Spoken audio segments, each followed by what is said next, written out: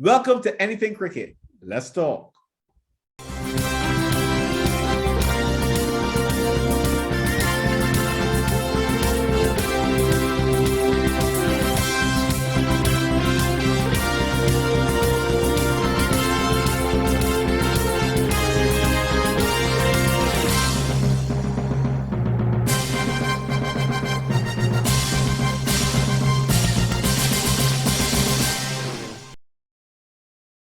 Well, congratulations are in order for the West Indies team. Nicholas Pooran in his first taste of full-time captaincy, not filling in for anyone now, but having his own team.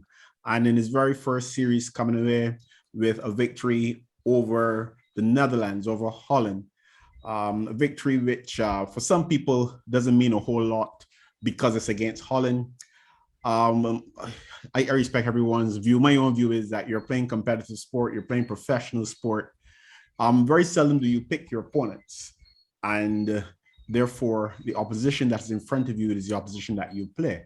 And if you don't do well, you open yourself to criticism. If you do well, it's only natural then that you should get some praise. So heartiest congratulations to Nicholas Pooran and the West Indies team. Welcome to Anything Cricket Let's Talk. Of course, Wayne Hull is always here. Hartley Reid, almost a regular now, and Roland Butcher too is more than just a once in a while guest. So welcome, gentlemen. Thank you. That's great. Great pleasure to be here.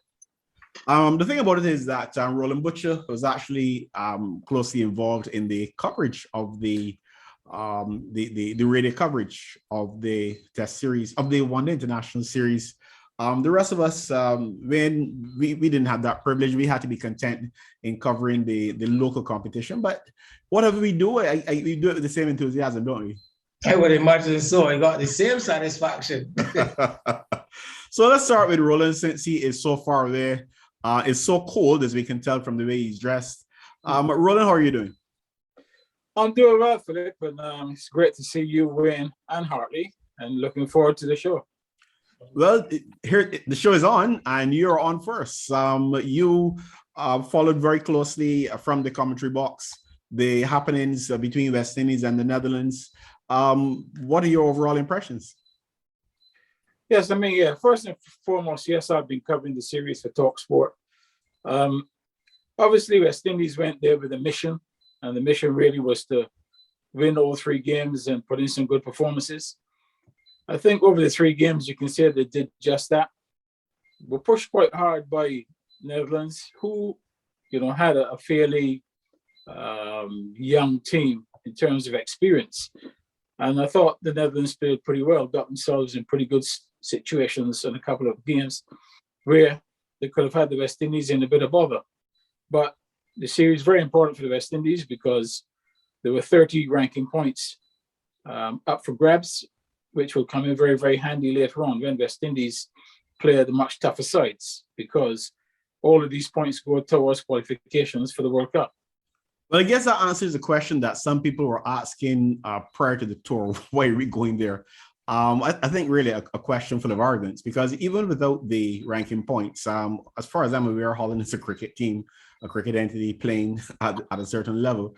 And I think gone are the days when we displayed that type of arguments. Everyone who came into international cricket came in at the bottom, and I think it's time maybe that some of us, recognize that. But the fact that Holland, as you said, pushed us a bit, though, is that something that you think West Indies need to be, or how concerned do we need to be about that? Is Holland getting better, or are we just not playing as well as we should be? Well, first of all, you must recognize that Holland were playing at home, so they will know the conditions much better than the West Indies. But yeah, there are things there that we need to be concerned about. And for me, the biggest concern has been the lack of penetration by our opening bowlers. In two of the games, the openers for Holland put on nearly 100.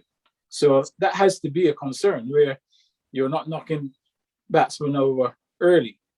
If you go to Pakistan and they get to 100 without loss, though they've got players that will go on and make it much more painful for the West Indies. So that's an area of concern that they've got to work out how they're going to get wickets with a new ball, because even in Holland, it was a bit of a struggle. One of the fast bowling options is Sherman Lewis. And if you look at his record at the regional level, there is nothing to explain why he was in Holland. You know much about him? Well, I don't know a huge amount about it. Obviously, I've seen him, but I would imagine that what they have seen of him, that they believe that he has what it takes, to go to the next level. So, he may well be one of the successes in Pakistan. Mm-hmm. But we'll have to wait and see. Right now, really, West Indies are crying out for fast bowlers. I mean, we are really struggling in terms of pace. And, even in Holland, the lead was perhaps the quickest bowler on shore. Mm. So, it tells us that we still have to find fast bowlers. So looking at Sherman Lewis and others is not a bad option. Okay, well, before Van Holder gets impatient, as he can be sometimes and runs away, I'm gonna go to him. And I am probably gonna, ask him at some point in his comments to address that same issue, because I'm sure that he would have some idea of Sherman Lewis. And I understand your point about the selectors looking for fast bowlers. I would think though that you're also looking for wicket takers. And there's a guy called Jeremiah Louis, who I know Wayne is very familiar with, who has proven to be a wicket taker on the opportunities that we have noticed him. So Wayne, it's over to you.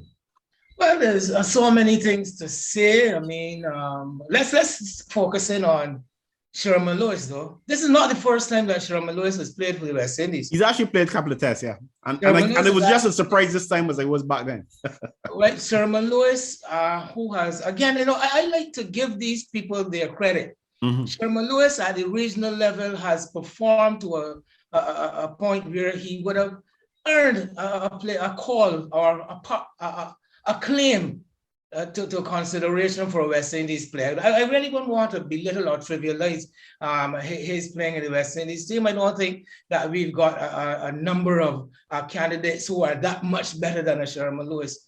And I think that he has every claim and every right to be considered for a position in the West Indies setup. Whether he has a claim for playing a one-day setup, I might question that, depending on who are the other players available for selection. So just let's make it clear that Sherman Lewis is not the worst selection that the West Indies have ever made. I've seen much worse. But I'm not making that claim either, Wayne. But just let me share his stats with you. Starting with list A, since that would be the most relevant for the one-day version. According to what I see here, and this would have been updated after the Netherlands series, he's played nine matches, and he's taken 10 wickets at 41 runs each, an economy rate of just over 6 runs and over, and a wicket every 40 balls. That's in list A.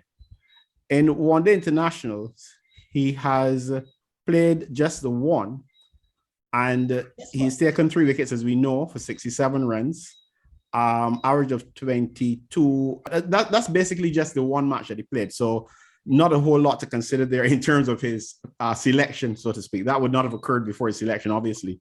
At the first class level, 36 matches, 97 wickets at 26 each.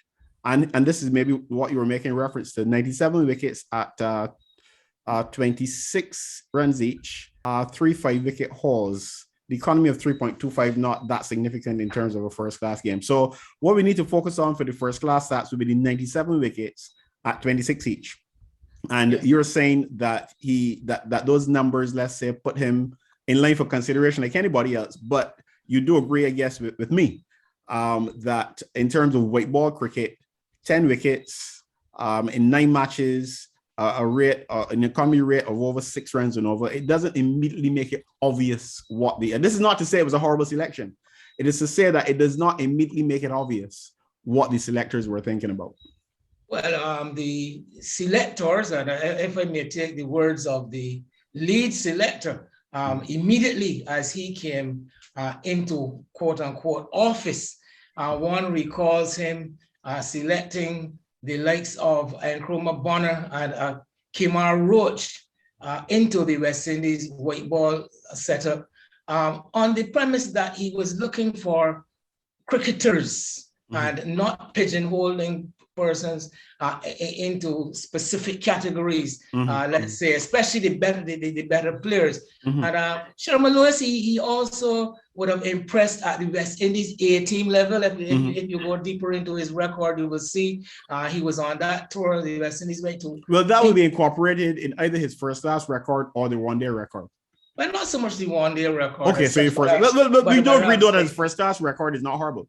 97 wickets at 26 is not, but it's mainly the one day the white ball was surprising, but it's not something that you necessarily need to be labeled. But it was just a nice starting point in terms of Roland. Remember, this is coming from Roland's concern about our fast bowling stock, and it was simply saying that Jeremiah Louis has proven to be a bit of a wicket taker, and I've heard his name called by some fans as an alternative. He may not be express pace, but sometimes they think we get too carried away with express pace.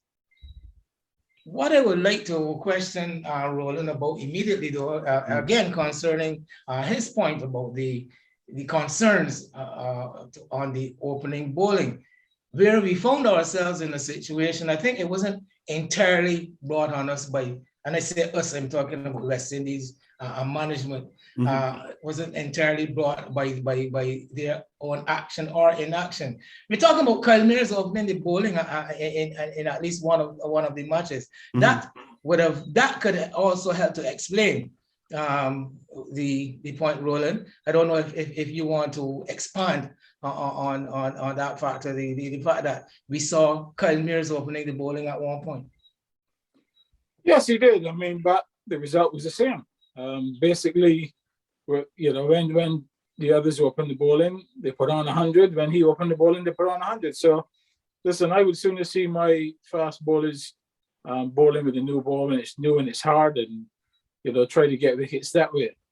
Kyle Mears can bowl at any time during the game, but whether he bowled in that game or not, there is still a concern that our opening bowlers, whoever they were not able to shift the openers for the Netherlands. So that must be a bit of a concern. And how much of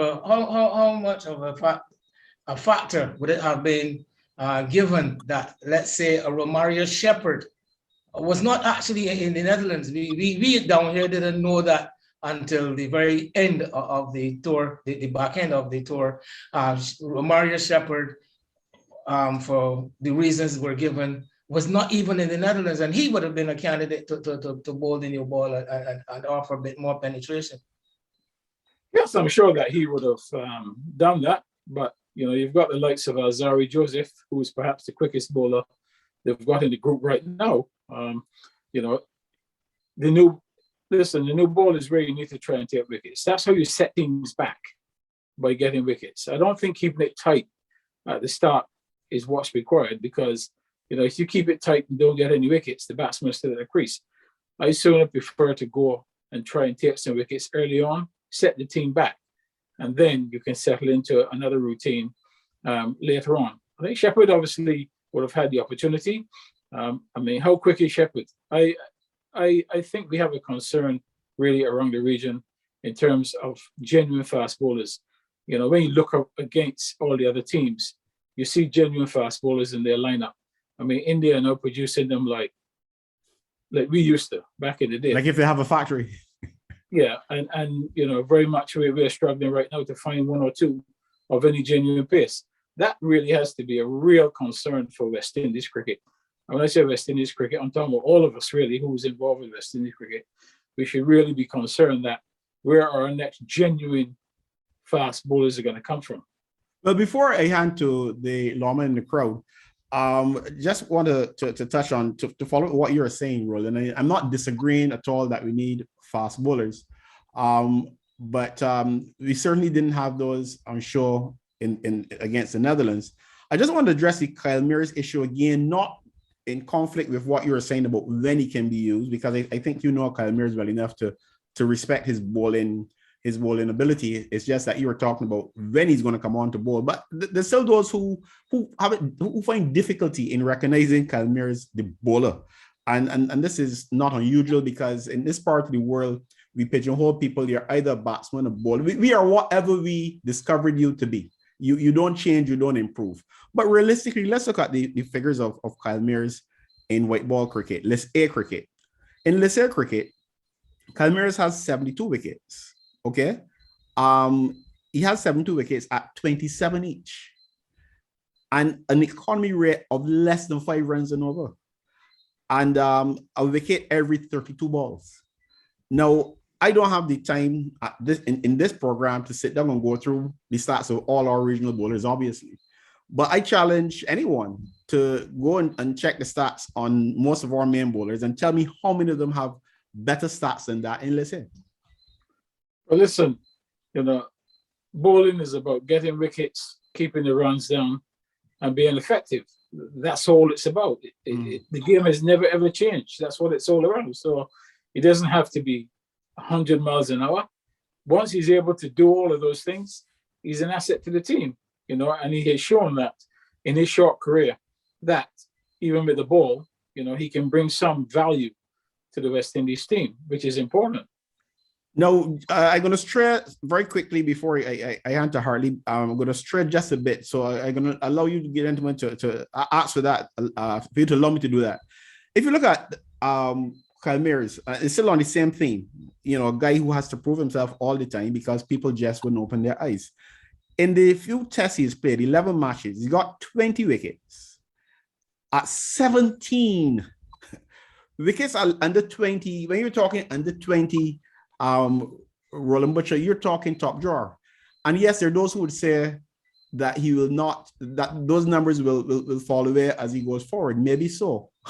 But right now he has 20 wickets at 17, an economy rate under 3, and a wicket every 48 deliveries. So I think we need to and when I say we, I'm not talking about just this panel. I mean, we as West Indian cricket lovers need to look at the facts sometimes a little bit more. But we've got a lawman among us, like teachers, they never really retire. They may just stop going to work every day. And I believe lawmen, if television is to believe, they do stay out sometimes. So they develop a lot of patience. And Hartley Reid has been very, very patient, emphasizing the fact that he has that type of background. Welcome, Hartley. Thanks, Philip.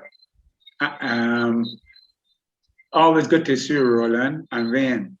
Now, Wayne, you were give me some praise to the youngster for his inclusion, and I was here smiling all the time because I'm going to call you the name of Miguel Cummins. Miguel Cummins, when he in his first year for Barbados, topped the bowling. Second year, he was just as effective, almost similarly as effective. He went into the West Indies setup, then was treated very shabbily. I like to use Philip's words. He was treated very shabbily in the West Indies cricket, to the extent now that he's out of the scene. Now, how do we reconcile a person like Cummins, still a young man, very young man, still bowling quicker than most of the persons in the region, but has been overlooked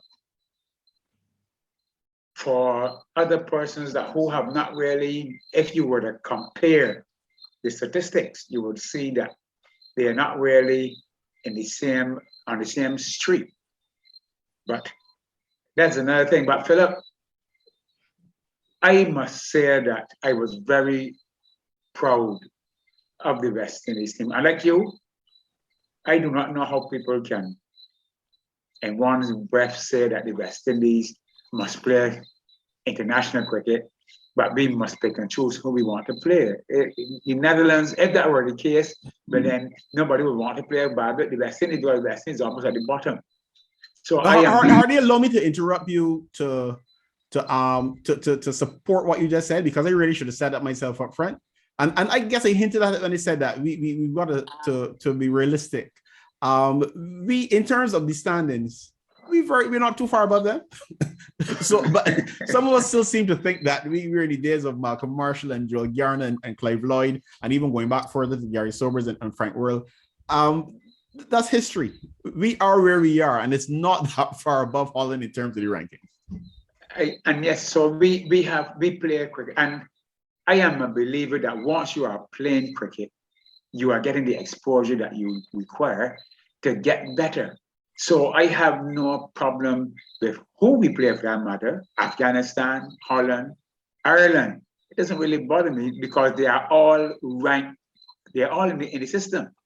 The thing is that when we are drawn to play them, but then we then must ensure that we overcome them and overcome them in a fashion that, although, as Roland quite rightly stated, our opening bowlers were not very penetrative at all. I cannot really tell. But then the West Indies have always started poor. We just start badly because of our preparation or lack of it.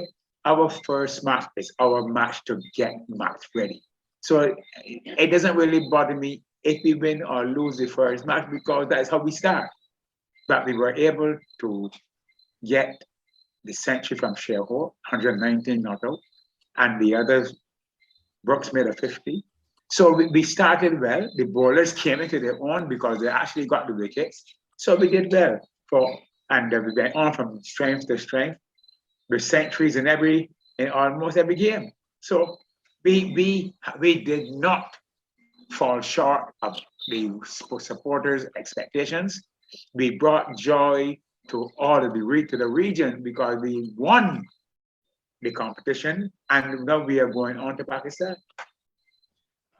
Roland would have spoken about the issue of the opening bowling as one of as his first a major concern. I think that was the discussion. Overall, though, Roland, how would you rate the West Indies bowling generally?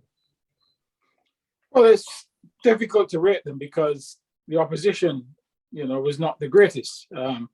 I mean, the Netherlands will tell you that at this moment in time, certainly with players missing as well, that they're not the strongest team in the world. So really, you have to take the opposition into consideration. I think West Indies did what they had to do against a side that is, below them in the league. Much stronger tests will come when they go to Pakistan.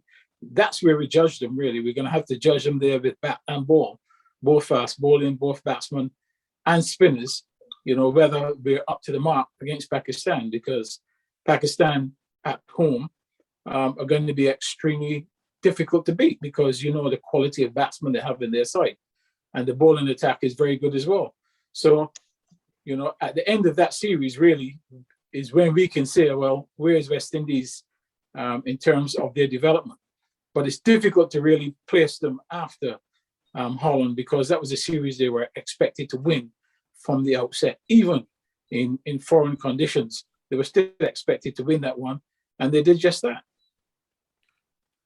Roland, you talked about India, even India producing fast bowlers, and I say even India because if you know the history of India, they produced pretty much everything else. Top class batsmen, excellent spinners. They've had even one or two outstanding wicketkeepers over the years. But going back several years, they weren't producing that many fast bowlers. They seem to be rolling them out now. And when we think of India, and I know you are more familiar with India certainly than Wayne and myself. When we think of India, we think of maybe slower pitches. I've heard it said that we are not producing fast bowlers in the region because of our pitches. If the pitches in India are as slow as as often seems to be the case, but yet they're producing fast bowlers, it suggests to me that the pitches in the Caribbean not being fast can't be the only reason. So how do we take all that into consideration and move forward, bearing in mind, what are the Indians doing that we need to do? Well, what I would say, Philip, is that don't believe that the pitches in India are that slow. The pitches in India are much quicker than they used to be because they've made a concerted effort to ensure that they are quicker because they are producing fast bowlers. So they wanted to bowl on livelier pitches. What India did some years ago, back in the 80s, 90s, was to employ Dennis Lillee to start a fast bowling academy in India. And Dennis Lillee did that for 10 to 15 years. And, you are seeing the fruits of that. Guys who were 12, 13 in that academy are now the ones who are really head and shoulders above the rest. So, the seeds were sown a long time ago by having a quality fast bowler and quality fast bowling coach implement a system that would produce fast bowlers. And obviously the Indians backed it financially, et cetera, and now you're seeing the results. Who would have thought, and I certainly did as a kid growing up, even as far as 1983, who would have thought that India would have more and faster bowlers than the West Indies? Unimaginable. So basically, the whole idea of an academy then is still relevant, because there are those who believe academy what? We've got the franchise coaches, let them do their work. And this is not to say they don't have to work. But from what you said, the whole academy idea and attacking that specific problem head on seems as though it's maybe something we need to look at. Well, listen, what we need to look at, and a lot of people don't look at it, they think that you have an academy and you lump everybody in the academy, batsmen, bowlers, fast bowlers, spin bowlers. How can they get the specialized and individual attention? No. You have to have, in this modern era, you need to have a fast bowling unit. You need to have a spin bowling unit.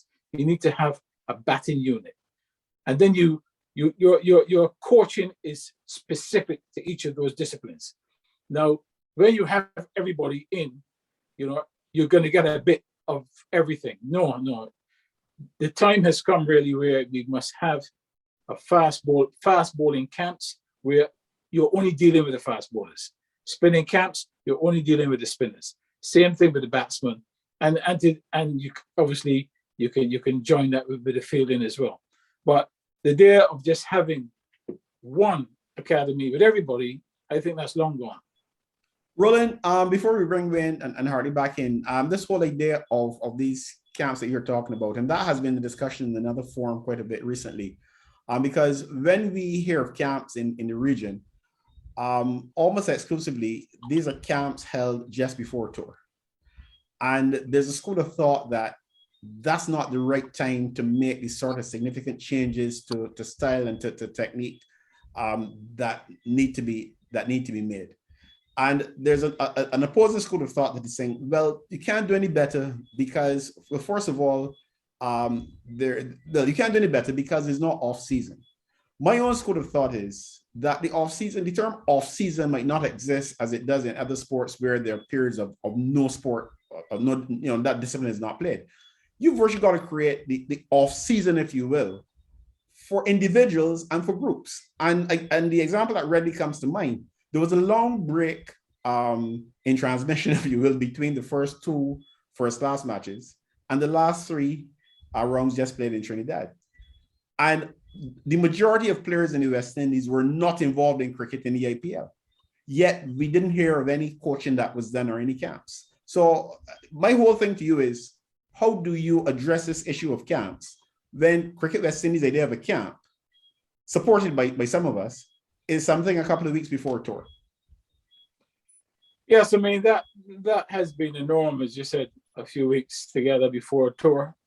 For me, that is not ideal. It may be ideal for, England, Australia, etc., because, they have got polished players who are ready to play international cricket. We have guys playing international cricket who are still trying to learn how to play international cricket. So it is even more relevant for us to have much longer times with these players, to ensure that they're learning the skills that they're going to need when they get into the arena of international cricket. So, we need to have, as I said before, we need to have these academies, fast bowling unit where, you've got all the fast bowlers, your present fast bowlers, your second tier fast bowlers, your up and coming fast bowlers who you've identified, get them all together and work with them as a unit. Do the same thing with the spinners. We need to do that. When you come together a couple of weeks before a tournament, really, all you should be doing is really getting the team to gel with each other. You should just be really topping things up. You shouldn't be trying to get people fit in those 2 weeks, which unfortunately, they have to do now. A lot of our players come there not fully fit, and really that is a responsibility of the individual player. You should not go to no camp being unfit, and really, if West Indies are strong enough in what they're doing, they should send some of those players who come there unfit home. I mean, that is just my view. Others may take a different view.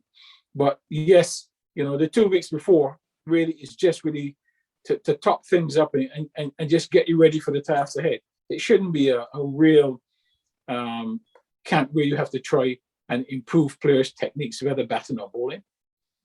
Yeah, well, Ben is going to come in a minute, but I couldn't resist taking up on the comment about the fitness, because what you're suggesting there, without maybe setting out to suggest it, is that the issue of players not being fit should be dealt with directly. That is, you turn up. In other words, you need to know what happens when you turn up, or what is expected. And then if you don't meet that, then immediate action, some sort of immediate action is taken. What we have been hearing, the PR in Cricket West Indies is not necessarily the best in the world. But what we've been hearing of cases where a guy had a fitness test in January, didn't pass the test. You're picking a team in August, and the guy is not in the team because he failed the fitness test in January. Now, to my mind, that's utter rubbish. And I don't think that is quite right, though, Philip, because the way the fitness test operates is that when you fail the fitness test at the time that you're supposed to take it, you are then given a period of time where you then have to retake it. Also, if at that point, you fail it again, you're fined, which is part of your contract fee, and then you're given a new date to pass it by. And then if you don't, there is another fine as well, and you could get to the point where you lose your contract. So don't believe if anybody says somebody failed the fitness test in January, and then they're going in August, and they fail. No, they're in between. There's stages where they have to pass. Well, Roland, I'm not going to argue with you because I know you should know these things. So I will simply share what I do know, as opposed to what may have come to me in other ways. And I do know of at least one case where there was a player who had been, having a niggle, if you will, and who was tested. And this is a player who would normally have met the test criteria hands down. He was tested, and he didn't he actually stopped doing the test because he wasn't feeling, he was doing well, but he felt something and he stopped. And he was given a new date for the test because at that point he would have been informed that, he has to pass the test for selection. He was given a new date for the test, and the team was picked before that date. So, and that's one that I know of. So as I said, I do understand what you're saying, and what you're saying sounds very reasonable, and I believe that is the intention and how it should work. But clearly there are occasions where it doesn't work as it should, and maybe that's something that needs to be addressed. But I think Wayne and Hartley have been more than patient. But Philip, before you move on, you cannot, you cannot have a fitness test every week. So basically, it's different. It's different if you're in the team, right, and you get a niggle during the first test match.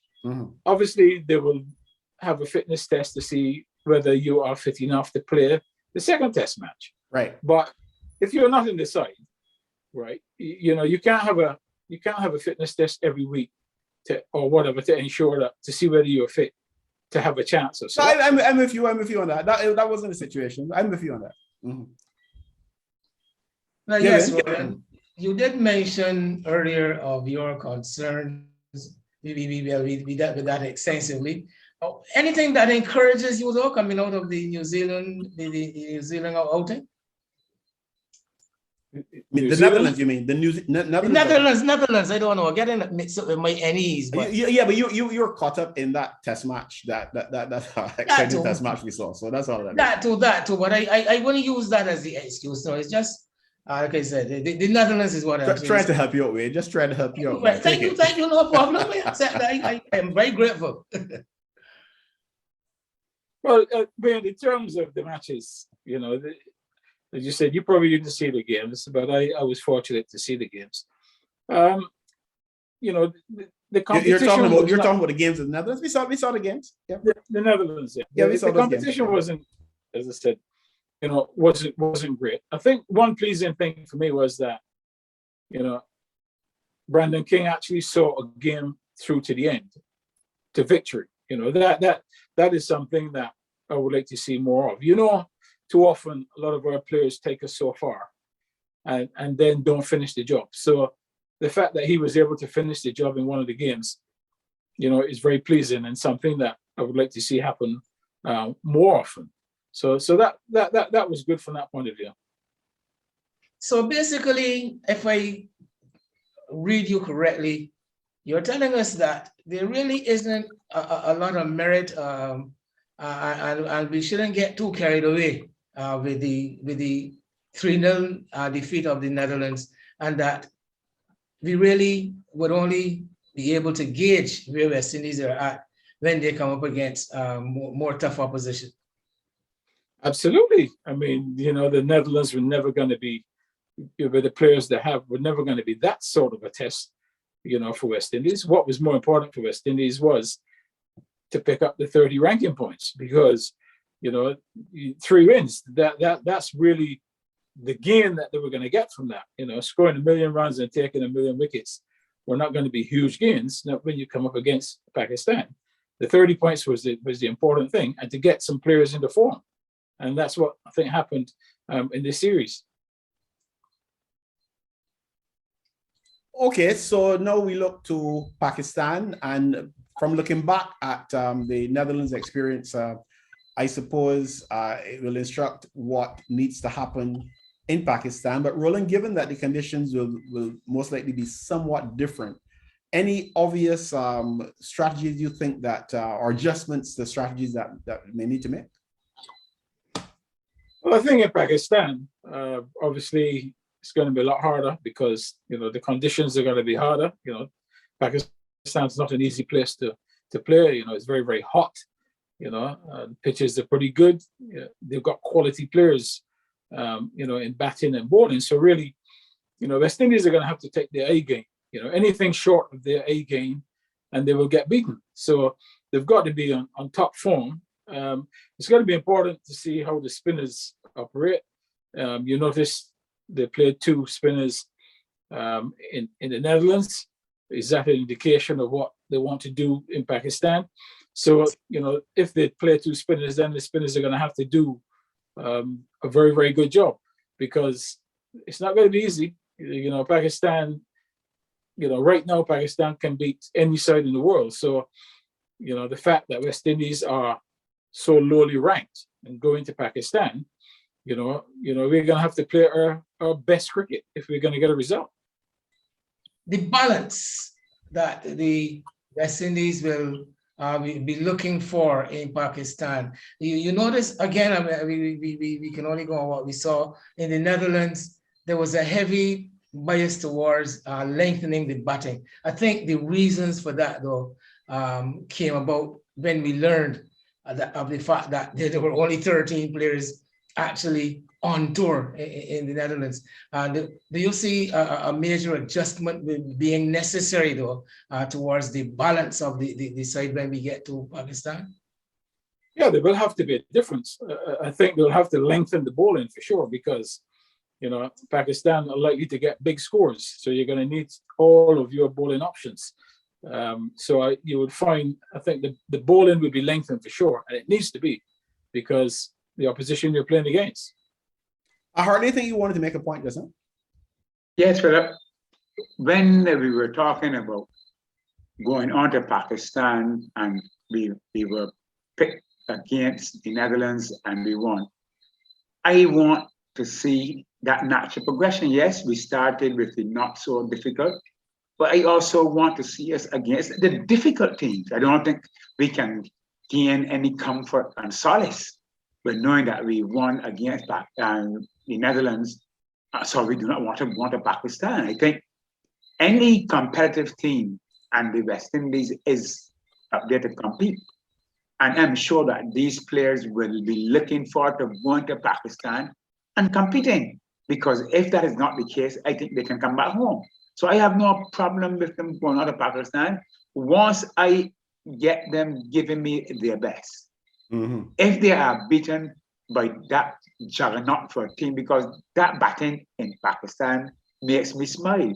Smile with happiness, not smile with fear. They can bat.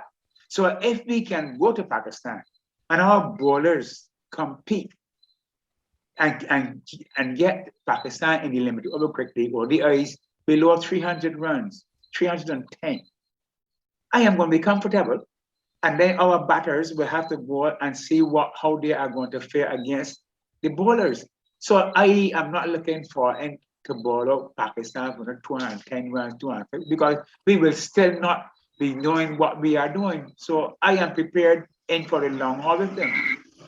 Gentlemen, thanks so much. When we come back, more congratulations in order, but this time we don't have to go as far away as Holland.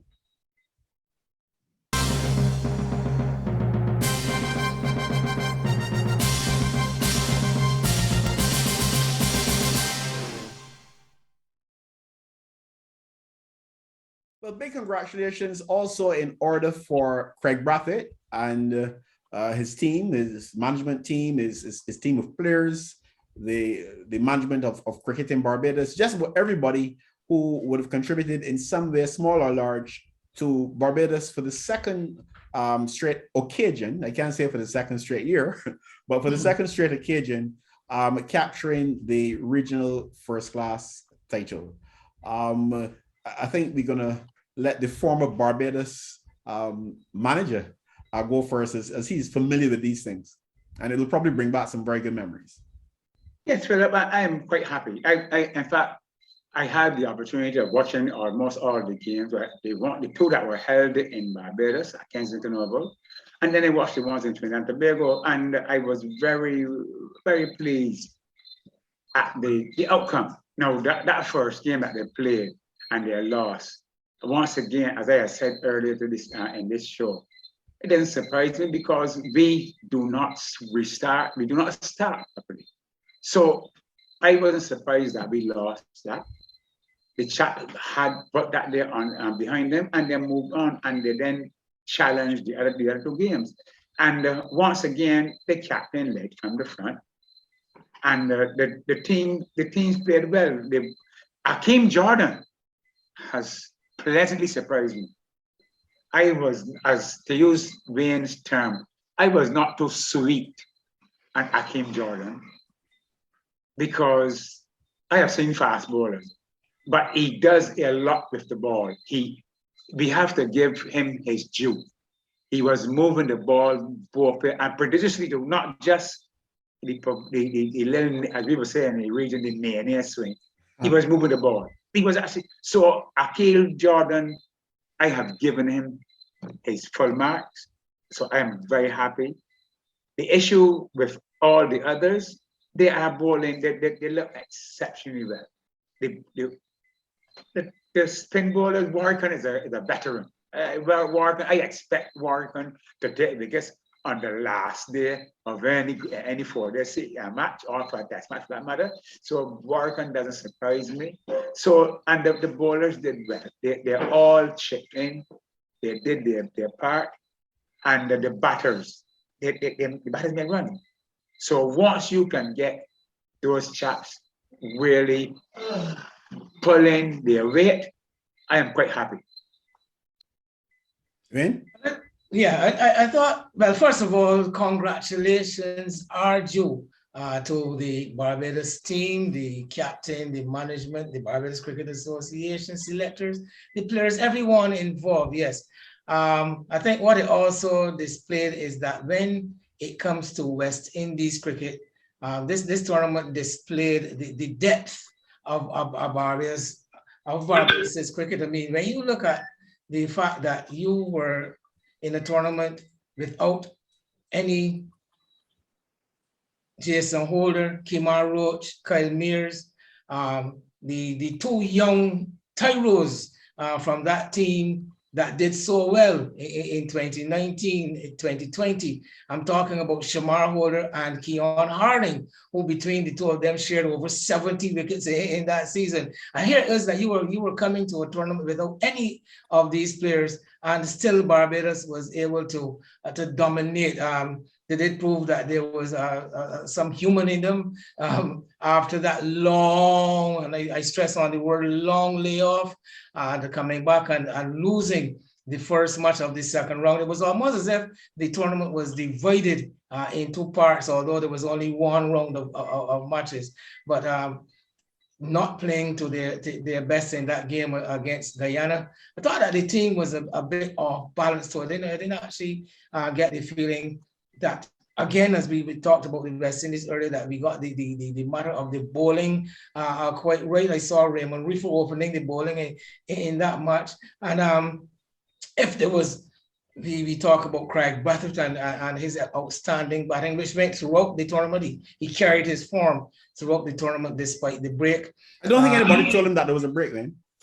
But if I know Craig Brathwaite, there's no break. Yeah. But just one thing though, remember Harding did play in one of the early matches in Trinidad.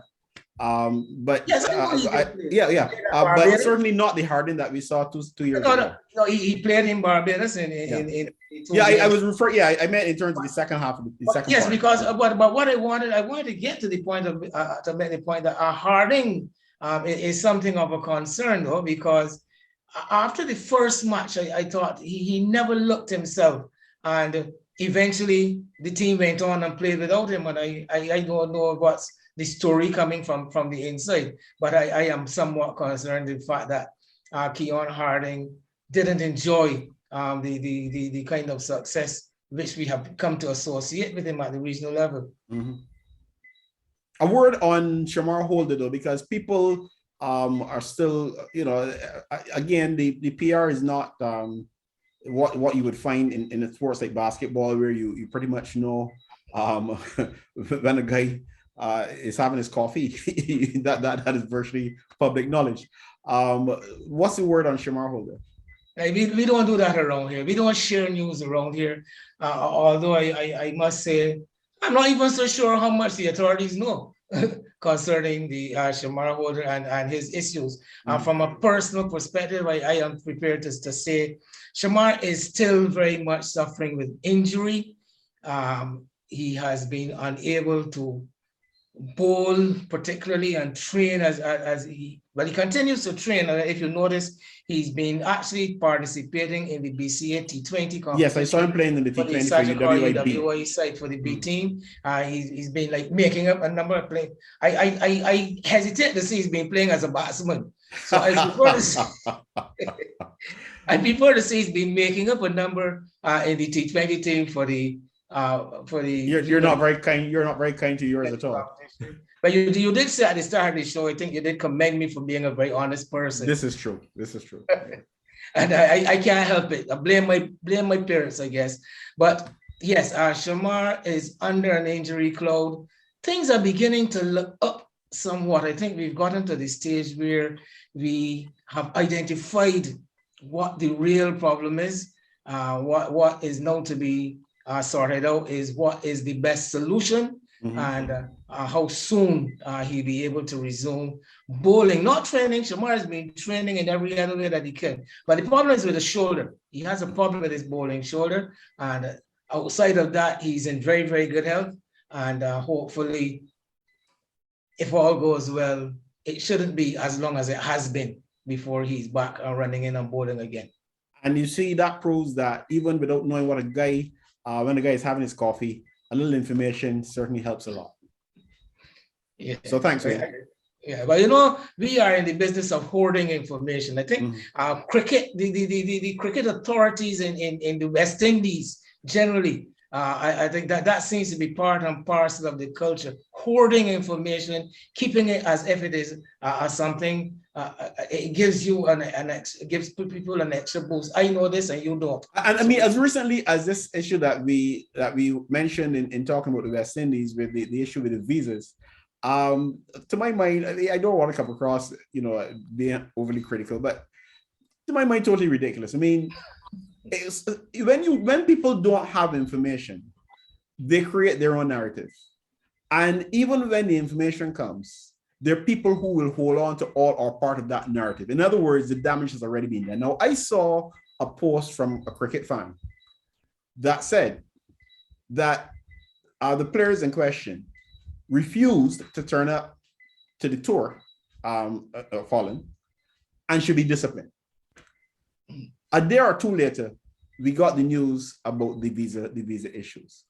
But in the absence of that information, people created their own narrative and stories were going all around the place. It should never happen at the level of professional sport. There are things, look, we're not naive. There are things that you can't say or shouldn't say or you don't want to say. But you always have to find a narrative, because in the absence of one, people will create their own. And what they create, 100% of the time is going to be worse than the reality. I'm bold enough to say, let's say 99% then of the time is likely to be worse than the reality. So, that's what PR is all about. But we got a bit off track there, and then we appreciate. But yes, because I was like, well, yes, but as I said, the Barbados team, the rest of the competition, I guess the Leeward Islands were very much a pleasant surprise.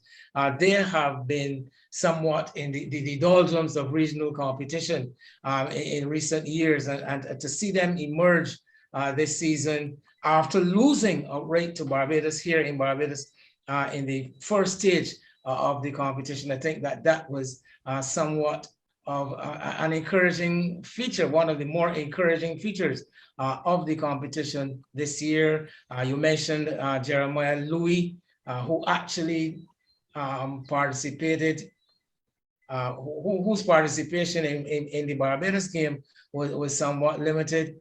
And we see, for instance, the emergence of a Colin Archibald, a young left-arm fast bowler who caught a lot of eyes, also showed some ability with the bat by smashing 100 in this second leg of the tournament there in Trinidad. So yes, that was another one of the aspects of the pleasing aspects of this year's competition. Guyana remained their strong self, and the name of the tournament, I think the main thing coming out of the tournament, the name that that stood out most is one Tej Narain Chandrapal, who has put his name on the lips of each and every West Indian cricket fan, and it's going to be very, very interesting when the team is announced for the first test against Bangladesh later in June. Yes, Chandrapal. Just a word though, while you're on the subject of Chandrapal, it reminded me of the situation where Craig Brathwaite, and those who would probably see some similarity in approach and some similarity in mindset, that is high price on the wicket. And it was interesting to me to note today that Brathwaite's scoring rate was actually in this tournament was actually superior to that of Blackwood. Sometimes I think we get too caught up. I think we got to have a starting point. Brathwaite obviously knows how he wants to play, and I'm talking about Brathwaite, not so much to talk about Brathwaite, but to bring in the whole issue of Chandrapal. The only criticism really that you can make of him, and that is the one that I've heard, is that he bats too slowly. Well, I don't know what is too slow. That's not my version of things, man. I'm simply reflecting what I've heard. So don't be shocked. You know better. Roland Butcher is an opening. But this is the thing. Roland Butcher, right? We've got a man here who is actually, I was keeping the best for the last. All due respect to you, Hartley, and to Wayne, I was keeping the best for the last. What do I mean by that? Roland Butcher has done it all. He has played for Barbados, I believe. Yes. He has been a selector of the national team. I don't think he's actually managed a team like Hartley. But board director. He's still a board director, as Hartley was as well. Cricket West Indies director. So again, he picked Hartley there. This is a perfect man to keep for last, because when the last statement is made, that's it. Roland, Barbados retaining the championship. Yeah, first of all, congratulations to Barbados for winning the championship. albeit a very truncated one. They got off to a good start by winning those couple of matches at home, and then doing the job in Trinidad. Yes, I think Barbados won, and I think they deserve to win. But again, as I said, I'm a person who don't and shouldn't want to get carried away about things, because, as Barbadians, people get carried away and think because Barbados win, they're the greatest team in the world. No, that is not the case, because the ultimate thing is having players in the West Indies team that perform. Yeah. And we have struggled in that department, in terms of our players that we have moved into the test side. So we still have a lot of work to do. So don't believe that we have suddenly found the Holy Grail by winning 2 tournaments in the last 2 tournaments to play. Yeah, that's a great performance, but that's what it is. You have to park that, and we have to be more concerned now about producing Barbadian players that are good West Indies players, that when they get into the West Indies team, they can excel, because that hasn't been happening. So that really is the concern for me in producing those players, and so that when they get there, that they can produce for West Indies early, that they don't need 4 or 5 years to do it. So while we won 2, we've got a lot of work to do. But I think Ghana won 5, and I think the problem you outlined is a problem at the regional level. So yes, we take that on, that is a situation for Barbados, but what is of even greater concern is that is the situation throughout the region. Well, it is. I mean, if you go back to Jamaica under Tamara Lambert, they won about 4 or 5 as well, and didn't have a player in the West Indies team. So what does that tell you? So at the end of the day, the whole reason for first-class cricket is to provide the West Indies teams with cricketers. That Jamaica team that kept winning for 5 years were not able to do that. So while the Jamaicans will be extremely happy that Jamaica has won the tournament, they did nothing for the big picture, which is West Indies cricket. So that's where we've got to be, Barbados. But Roland, if Barbados, Ghana, and Jamaica, and let's say it's a regional problem, we recognize it, then it means everybody has the same problem. Why can't heads come together to solve it? Well, I mean, listen, we know that the first-class tournament is not the strongest in the world. So that's what we need to do. We need to improve the strength of this competition. How do we do that? Because there was a call for a professional tournament that materialized, and we're still saying that we're not strong enough, and with good reason. So what more can we do? Because we try to keep the whole tournament regional. Now, I don't agree that that's what we should do. I think the tournament should be opened up where you can bring overseas players, and the overseas players. Something similar to English county cricket, you mean? Yeah, the overseas Australia. I mean, I played state cricket in Australia, as an overseas player. Michael Holden played, and we played in the same team as an overseas player. Joe Guyana played as an overseas player. And our cricket needs to get. What's that mean? I said we can go back as far as Raysall and Sagari. Oh, okay. Exactly. So our cricket needs to get to that stage where we have overseas players coming and out playing. Otherwise, we will never improve otherwise, because the same playing amongst the same. You need the overseas players. I mean, why do you think English county cricket has fallen by the wayside of late? Because they tried to shut out the foreign players? No, what has happened of late is that because there have been more and more one-day competitions, you find that a county will have 4 or 5 different overseas players in a season, where before, you had an overseas player who played for the season.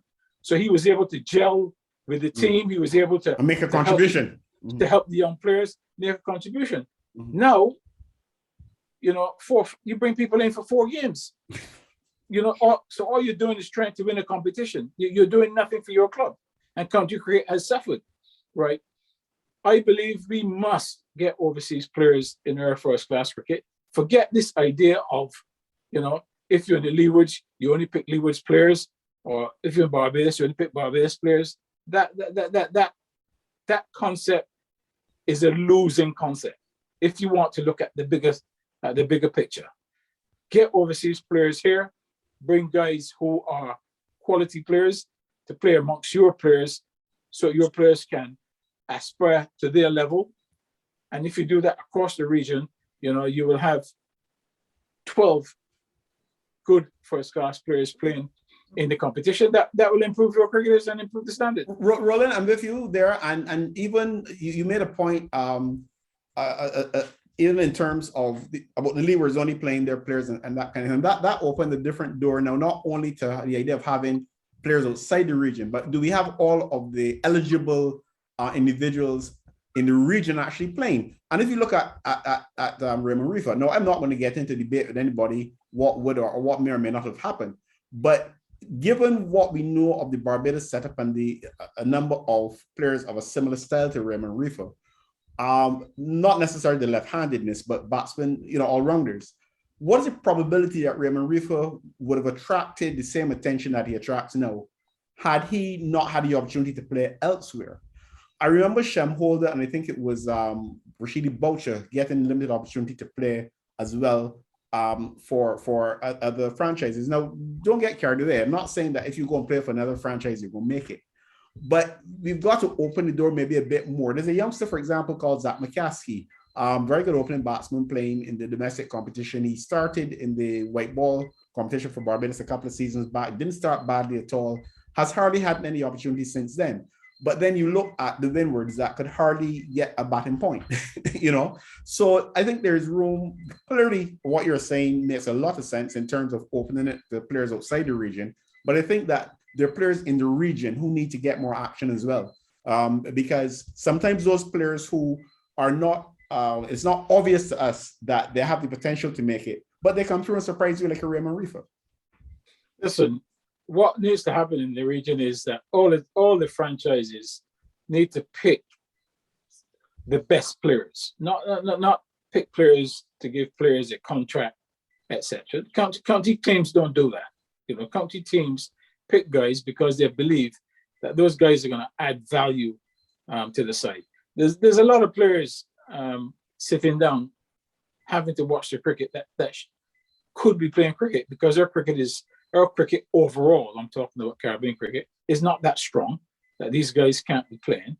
So, we have to relook at that, add those international players to the setup as well, and don't think that county cricket is going on, so you cannot attract players from elsewhere.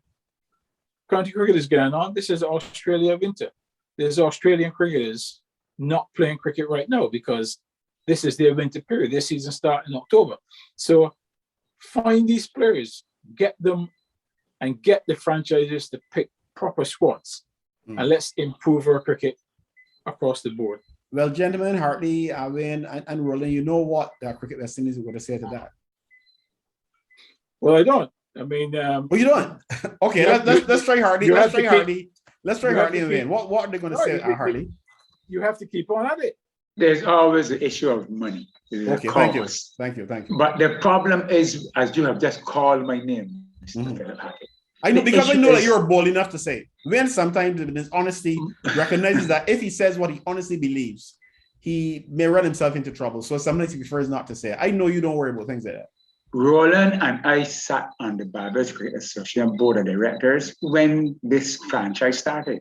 And Roland doesn't like to get too controversial, but it was started without very little direction.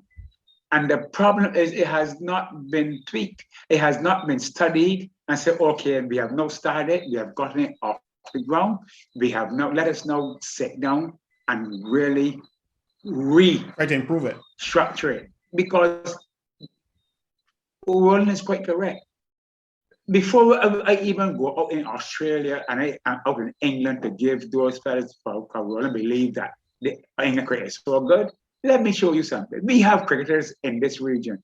When I was the manager, the Leeward Islands made it clear they are not going to give nobody their money. They are going to give their money to the Leeward Islands player.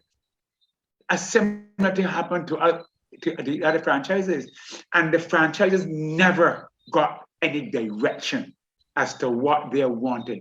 They just wanted to give players money. That might have been good back in 2015. But right now, in 2022, somebody at the West Indies level should be sitting down and bringing a few people together and saying, look, let's examine where we were, where we are. Have we achieved what we wanted? We go to the full 9 yards. And then we can then go forward, because we can't go back on this franchise. It is there, but let us improve on it. Ben? I don't know what I can add to what has been said already. We all know what is the obvious. This discussion we have had over and over the years. As far as the real issue with West Indies cricket is that basically we have not been producing world-class cricketers. And that is where we have to try to get to the root of that issue and a focus on, as I said, bringing a cricketer out of our system, because what we see representing the West Indies is a representation of what we have to offer. We have nothing better to offer, but I believe that we can do better.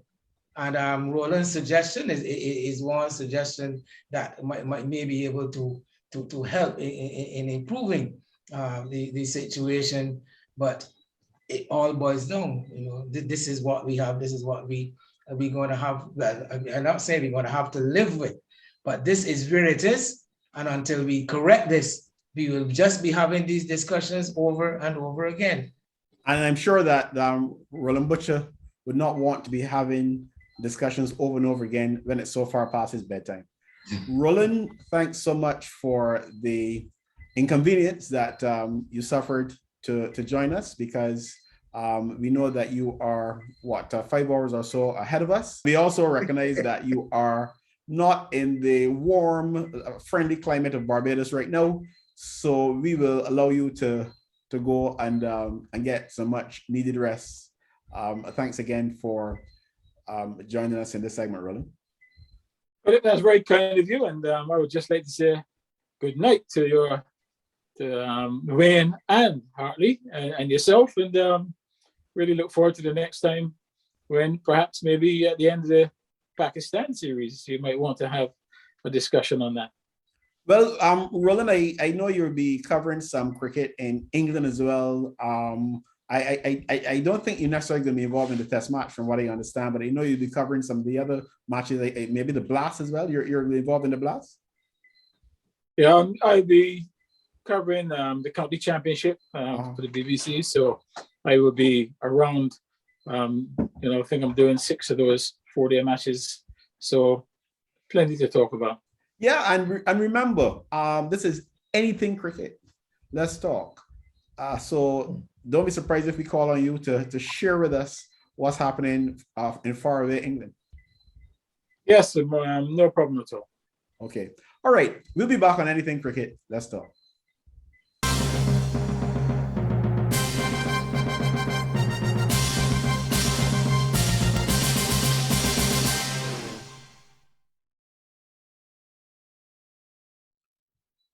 Well, there never seems to be a shortage of cricket, which is a good thing, because we went through a period, gentlemen, for 2 years when we certainly couldn't play as much as we wanted. So the fact now that we've got cricket around every corner is a good thing, and the women are involved as well. In fact, on Sunday, they set out for Guyana to defend their championship in the regional competition. And Hartley Reid, I know that you're our expert for sure. You are our expert when it comes to women's cricket. Or one of our experts, I should say, because we wouldn't want to send a wrong message to some of our other associates. The girls on Sunday, earlier this week, off to Guyana for the regional competition. Well, all that Wayne and I can do is wish them well, but I'm sure you will want to tell us a bit more about what we can expect. Yes, Philip. Sunday the 5th, the girls jet. We can't say jet because it wasn't really a jet, but they flew out to Oval in Guyana, where they will. The competition actually started officially from the 5th, but our first match would not be on the 5th.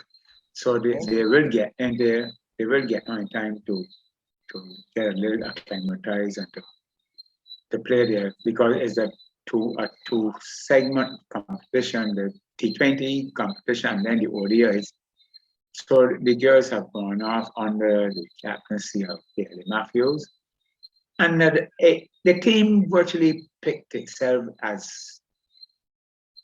some 5 or so. The females actually represent Cricket West Indies. They wear maroon.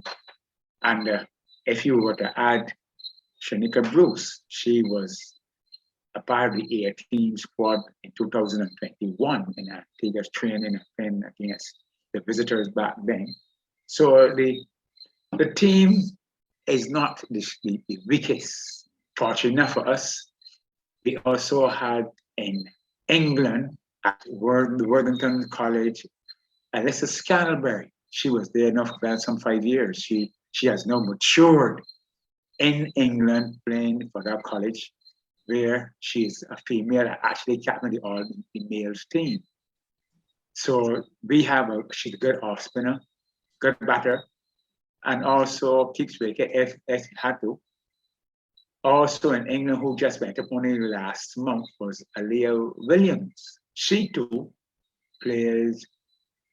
she played in that competition, both in the female squad and also the men's squad. And her last match, almost immediately before she returned to Barbados, she actually captained the men's team. And she was very elated because she took her 4-wicket haul and that kind of thing. So that's Aaliyah Williams. And then the two Carrington, Shea and Chantia Carrington there went off to Toronto, up to Canada, to college there, along with Tiffany Thorpe. But Tiffany Thorpe has returned. She's a Barbadian, but she will be playing for the Leeward Islands. This is her second outing for the Leeward. And so the two Carrington girls, they have come back in. So we have a good team. Unfortunately for us, a Sabi calendar has some 8 examinations she has to do. So she cannot accompany the team. She cannot go on to Guyana. So, but we have a good team. How we are going to perform now, because we have lost there's no doubt our best all-rounder, the antidote for whatever reason. It is said that the medical team, they have exempted her. So if it has gone to the medical team, it has to be a medical reason. So it is clear that something, I'm hoping that it is only that she needs rest, seeing that immediately next month, July, we have to go and play in the Commonwealth team. So if it is that she asks for a little rest so that she can rejuvenate and comes 100% for the Commonwealth game, that's very good. That's strategy, and I'm happy for that. But otherwise, our team is not the worst. I am not happy with the opening bowlers. That is Shamila Connell and the same Shanika Bruce. They have not said anything at all against Trinidad. I mean, Connell should have been left. As long as Bruce, but Connell is a West Indies player, so she has been taken, and it's pretty hope that she raises her hand and comes to the party. That Bruce is not bowling. Bruce is in the competition so far. She cannot bowl more than 2 overs. Can only get 2, and that's only because they didn't want to give her 1. She's just bowling badly. Unfortunately for us, because of Guyana's restrictions and the COVID protocol, Aliyah Gordon could not go because she is not vaccinated and for spiritual reasons, and she could not make it. But that is really going to lose in that area.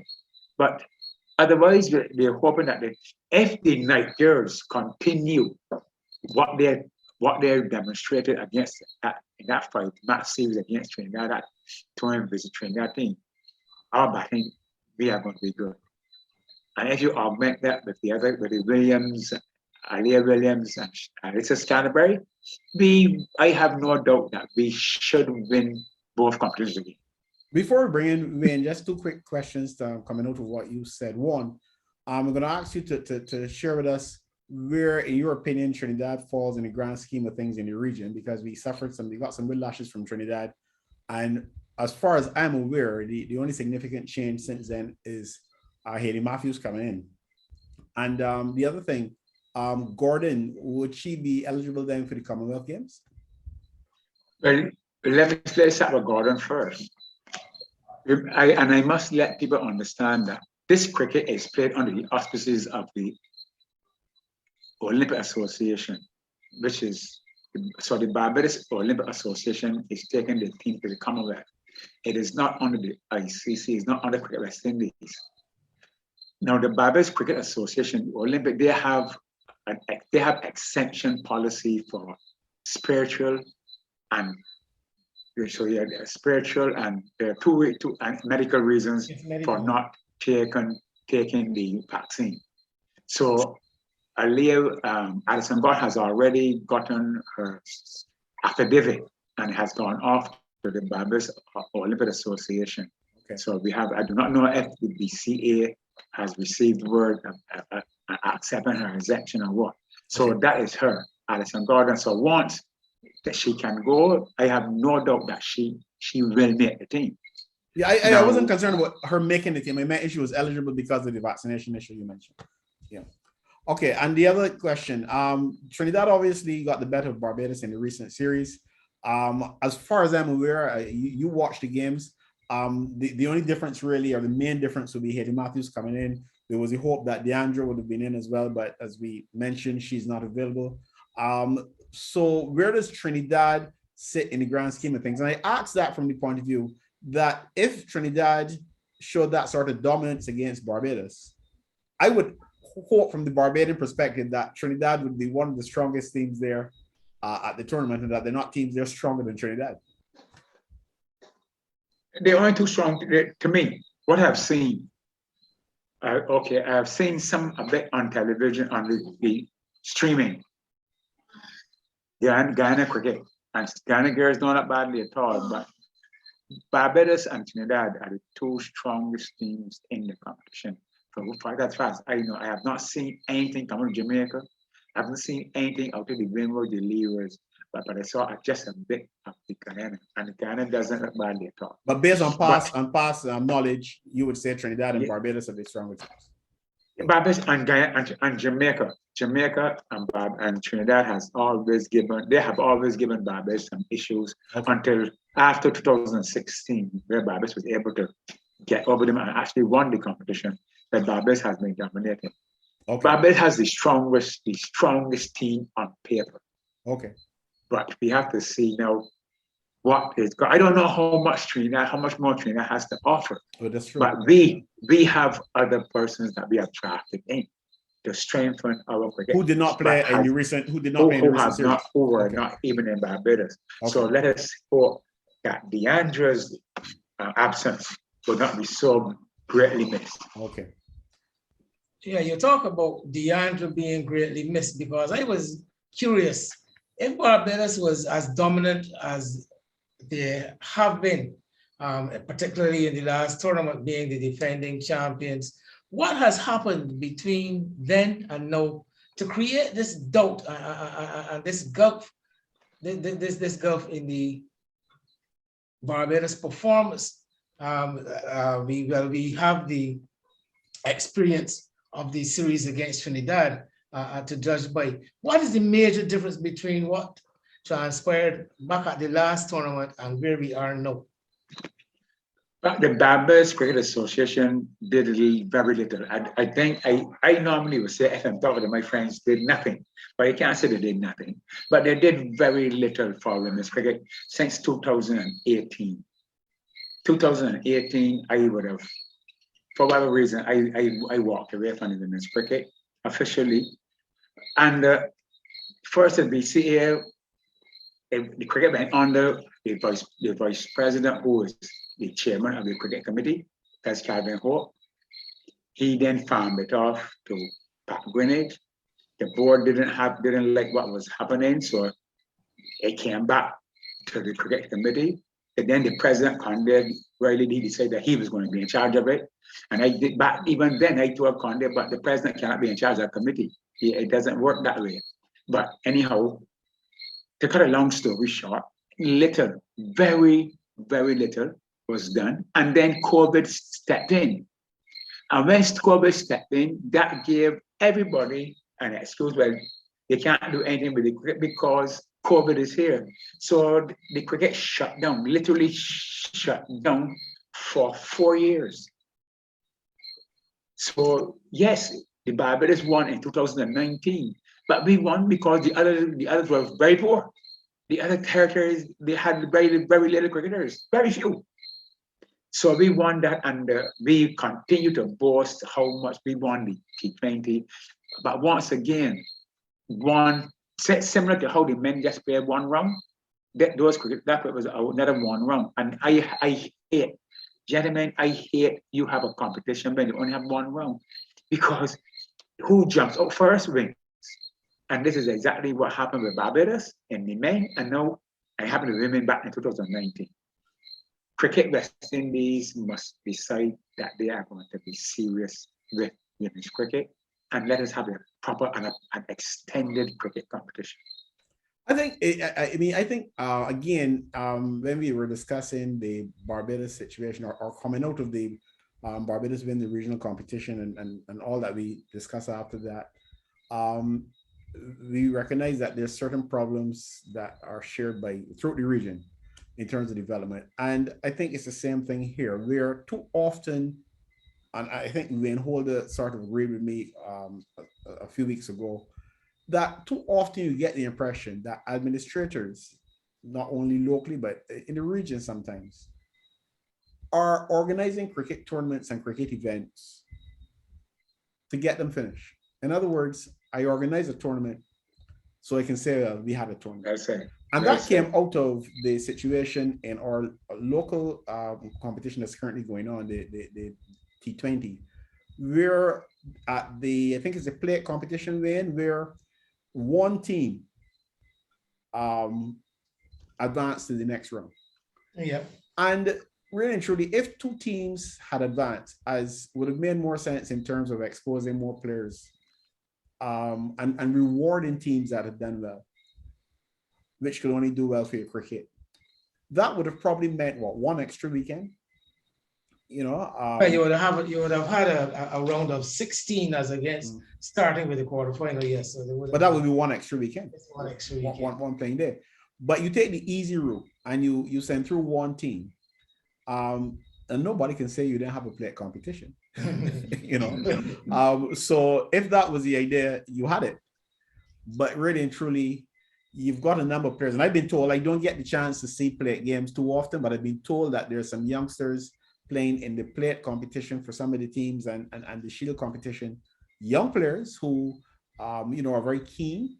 And I would think that everybody's not going to want to play for Barbados and West Indies and to play franchise cricket overseas, but you want to encourage young players to play, because that's how the sport stays alive. And remember, some of those young players are going to hopefully all of them will get old. They will own businesses. Okay, so you're looking at sponsorship. And there are many ways that these young people, if they have a satisfactory experience, will go on then to contribute. As I said earlier in a different form, if you frustrate people at a particular level and they walk away from the game, not only in terms of their participation, but in terms of anything they can do down the road to help. So you've got to get past the mentality of, let's organize a tournament to say we've had it. But fella, look, people continue to say that I bash the BCA. But my criticism of the BCA has nothing to do with dislike. They are my friends. The problem with the BCA is that they have no vision. I have never seen such intelligent people who are so myopic. Listen to me. We are so fortunate in Barbados that we have cricket as a structure. We don't have to look to find cricket. We have the National Sports Council, which runs primary school cricket, and the BCA, which has an active part of it, which does the rest. We can easily interface with the Ministry of Education, the National Sports Council, where we can get girls from the primary school level. You cannot have 6 women who wear maroon in Barbados and can't tell me that you cannot carry them to schools all around Barbados to promote this game. It is impossible. But when I was the manager, I took them to the nursery schools. I took them to the Memorial Holland nursery because my grandchildren were there at the time and they were babies. And those children were elated to see them. Our problem is that nothing positive comes out of the BCA. Hartley, I read recently that DeAndre Doughton was a player of a tournament in a recent competition. Yes. Tell me more about that. And just tell me so that I can move ahead and make the point that I want to make. Well, that is another competition that was in India, I think. IPL India, where she went and she starred with she was outstanding, wasn't she? Good. Player of the tournament. I saw this. I read so much stuff that I don't remember exactly where I saw it, but I saw an article about it. Whether it be on social media, in the newspaper, somewhere I saw a clip about it, and that's all. That's all. And so what I'm saying is, why are we afraid to promote positive things? How many young women you want to have young women playing cricket? How many young women in Barbados would recognize DeAndre Doughton if she were to knock them down right in front of them in front of a store in town tomorrow or well tomorrow? Say. So we have the potential. Okay, we have what we need. We have the ingredients. And I don't understand. And let me tell you something. It is not the easiest thing, even as a media practitioner, to get access to some of these players, which is one avenue that they can be promoted. People tend to emulate or try to emulate those who they see are successful. So if you don't put successful people in front of them, who are they going to emulate? Well said. I mean, look, here, Shapana Quinton and Haley Matthews went to Hinesburg Primary School when they were attempting to launch female cricket. And with their interacting with those children, along with the television coverage from the CBC, those children were able. Jeremy King, the games master at the time, had 15 young ladies. 15! He had a full squad. What became of that situation? Well, by that I mean, are those girls still involved in cricket, or how did that work out? I cannot tell you, because once again, the BCA never, and it was a BCA's project because I was a member of the board. I was the chairman of the women's cricket. So I would have thought that the BCA would have kept a register of these and followed these children from primary school through to secondary school. They would not be able to tell you where they are. No, you can rest assured. Okay. And this is what I'm saying. The BCA does not understand that cricket is their business. It is their core business. It's an act of parliament, but they act as if they are amateurs. I see they're smiling. Well, there's a lot to smile about, or at, I should say. I don't know if all this is really a laughing matter, but no, because I mean, women's cricket again would be what we're going to see going to Guyana will be a clear manifestation of where we are as far as women's cricket is concerned. And I am interested in knowing from Hartley what are the realistic hopes. Earlier in an earlier discussion, the point was made about producing players to play for the West Indies. What are our prospects outside of those? I think 5 or 6 young ladies that you spoke about who wear the maroon. Is there anyone on the horizon? Are there any other prospects that we can look forward to who will be offering themselves to step up to the next level, Hartley? Yes, let me give you. There's Alison Gordon, I just spoke about her. There's Aaliyah Williams. There's Alison Scantlebury. These are 3 ladies who right now as we speak, can walk in the West Indies squad. with ease, with the grace of ease. We have Keelia Elliott, arguably the best leg spinner in the region, arguably the best leg spinner. And googly, she both leg spin and googly. She, in fact, she was actually once training. She looked so good that she joined the West Indies training squad at one stage, but then for some whatever reason, they took a different turn. But so it is not to say that where the Barbados squad, where we are lacking is in batters. And then you would know, batting takes a long time. It's a process. You can train a bowler, you get a bowler in 1 year, you get a fast bowler in 1 year. No, you sure can get a batsman in 1 year. You can't get a batsman in 1 year at all. But our problem, we have a girl who just gone off to Canada. It's very complicated with her. A girl by the name of Aliyah D. Allen. Now, we have two Aliyah Allens. One is Aliyah A. Allen, who is right now in the national squad of Barbados. And then there's Aliyah D. Allen, that I call her Clark Hooper. Because she's poetry in motion when you see her batting. She has all of the characteristics. And she's a genuine off spinner. You said that she's gone off to Canada, though. Why isn't she off to Guyana? She was one of the girls that she was identified to go off to Canada, and when Aliyah Williams went, and the two Carrington sisters, along with Tiffany Thorpe. But then there were issues with getting the funding and getting everything in place. And then a number of issues, as I said just now, there are a number of complications and a lot of break between communication between her parents and she and that's it, Monica Combach and I, because we were looking after trying our best to get us straight. So anyhow, it appears that she has eventually gotten it all sorted out. And I saw a report coming out of Canada from one of the Chantia Carrington, the only game that the Allen played. In fact, she touched down and she played the next day, it appears. And she bowled 3 overs and took 3 wickets out of that. She didn't get a chance to bat. But she is another one that I am sweet on, Richard Clark. But she is another product of Richard Clark passage rule. She is well coached. I'm hoping that one day you'll get a chance to see her. You mentioned the name Richard Clark. Who was the management team going to Guyana? Oh dear.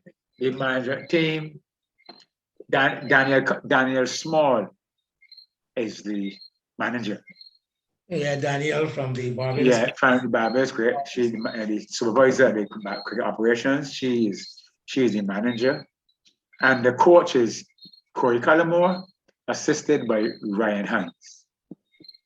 So those, the physio will be Kevin Williams. And so that is it. But Richard Clark is not fortunate. He's not fortunate. Don't care what happens. Richard Clark name doesn't. This is basically just can't play. Because this would also be, well, at least Corey and Ryan would make a part of the management unit to the Commonwealth Games. Yes, they are also the name for the Commonwealth Games. So they're giving them their first taste. This is somewhat of a dress rehearsal. So exactly. Who's going to be the manager for the Commonwealth Games now, Hartley? It hasn't been named yet. It hasn't been named so yet. we can assume Danielle is on trial then. But she too, it appears that she is on trial as to manage the team. But as the BCA, they do not believe that the stakeholders should have any idea what is going on. So they just they just not say anything. So I will just wait and see what materializes out of this competition here to see what the Commonwealth Games will be like. And listen, we don't care, we have an under-19 competition too. The women have an under-19 where Richard Clark is the under-19 coach, and he's assisted by Robin Paris. Before I be at you, Randall, as we wind down on Hartley, there is something that you haven't commented on, and You don't have to, but at least I've got to raise it. We heard that, and you did mention that Deandra Doughton didn't make the trip to Ghana. In fact, she was withdrawn from the team on medical grounds, and we don't know, not surprisingly, we don't know the details there. But it's really the replacement. And I heard some, what should I say? There seemed to be some concern about the replacement for her. Some controversy. A travesty of justice. The Deandra Doughton was, as I said, withdrawn. And remember, you had a 14-member squad named, along with 3 reserves. Deandra Doughton was withdrawn, and the long arm of the selector reached out and picked up Charlene Tate, who has not been around cricket now for eons, literally since 2019. Charlene was the last time Charlene has not practiced. Charlene has even indicated that she is retiring from international first-class cricket. Charlene is 37 years old. I mean, Keely Elliott, I would have hoped. Keely Elliott was named in the squad, but because of a pull muscle or strained muscle, she was withdrawn. And I would have hoped that if that were the case, and now they couldn't get Deandra, you surely cannot go for Charlene Tate, who has not held a bat for so long. She's in no condition to play cricket, fitness or otherwise. I cannot understand how I do not know how they arrived at Charlene at all. Just can't understand it. So we have now gone, I don't know, and if you're going to bring Charlene into the 14, that means you have the player. You cannot bring a person and bypass the reserves and bypass other persons who were practicing 3 days a week, who also entered into a competition against who were there against Trinidad and Tobago, that 5 games series. But you bring Charlene and you insert her in the 14. What you expect Charlene to do? So we Hartley, have yes, ma'am. You were rather emphatic and very singular when you use the word selector. And in all our units of cricket in Barbados, we have grown accustomed to a panel of selectors. Did you make an error there? Far from. When making errors on air is something I seldom do. Nobody gets 100, so you would occasionally get seldom. Yes, I was just seldom. Listen, 2019 was the last time we had a selection panel for women's cricket. It comprised Pat Greenwich, Ezra Mosley, and the late Ezra Mosley and Pedro Collins. He didn't lay it there. Pedro Collins was taken up full time, because Troy Reefer had other duties at UE, which took him away from the UE. So Pedro Collins was full time at UE. So we did not have any selection panel.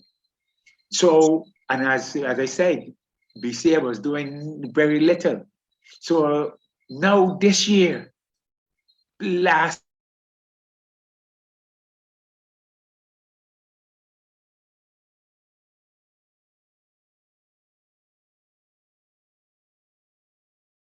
the chief cook and bottle washer. She's, as they call her, the czar of women's cricket. So that's it. I think we had a bad connection there at some point, and you were talking about Pedro Collins and the other selector. Yeah, Pedro Collins and the late Ezra Mosley. So basically, you were saying Mosley. that Ezra Mosley passing away, Pedro Collins being distracted by other things, that Pat Greenwich was the sole selector. Is the sole selector. I just want to clarify that, since we had a little bit of a technical issue there. Okay, Wayne. What was the general feedback in the women's cricket circles? Everybody, people People are disgusted. They are fed up. They are disillusioned as what is going on with the BCA and women's cricket. The players themselves, they do not really understand what much is going on, but they want to play because their future is in cricket. It is us who are the passionate supporters of women's cricket that who continue to be bewildered and amazed at the complete disregard in which the BCA is showing to the people of Barbados, and they extend it to the region of the cricket. As if they just do not care what is said about them. They're just trudging on, hoping for the best. Because I suppose that's what all I can say. What is happening is that a team is going off to represent Barbados and represent the entire nation of Barbados.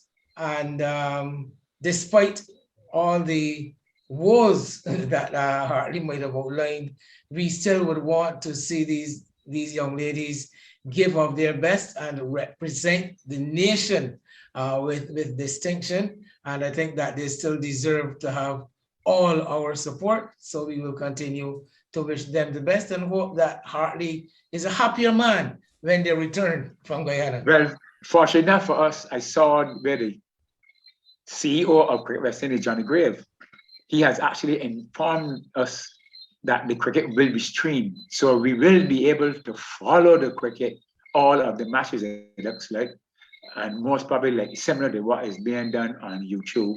They will be doing the similar thing. So we will get a chance to actually see the cricket firsthand. So when we are commenting, we will know what we are saying without having to be speculating. Yeah. Thanks to the CEO, Johnny Grave, for making that point. He is one person who tends to communicate with us. And kudos. You know, I look forward to the day when that style of representation becomes the norm in our regional sports, especially cricket. Thanks, Hartley, again for your. What's that? I will die before that happens. But don't put your mouth on yourself. Anyway, thanks, Hartley, for your expertise. Thanks, Wayne, for your input as well, because quite clearly, Wayne, we confess that we are not as expert or as familiar with women's cricket as Hartley. I am on the fringes. Hartley talked, again, I'm not so sure if it was in this forum, about my familial involvement with female cricket, and I am somewhat on the fringes. I do get bits and bits of information from time to time. Okay. I mean, I'm hoping that Ayana, your daughter, you're being a bit rude. I'm hoping that Ayana would become the manager of the women cricket pretty soon. I'm hoping. That's my hope. Okay, maybe Let's live in hope. Maybe Hartley knows something that I don't know. I was going to say that we don't know, but you may very well know, man. So let's leave that discussion for another day. And for when it happens. For when it happens. So thanks again, gentlemen, for your input on this issue of women's cricket as the women set about defending their regional title in Guyana over the next couple of weeks.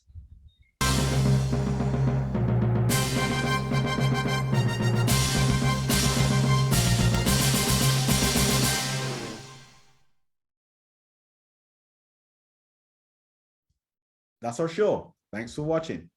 Join us again soon for another episode of Anything Cricket. Let's talk.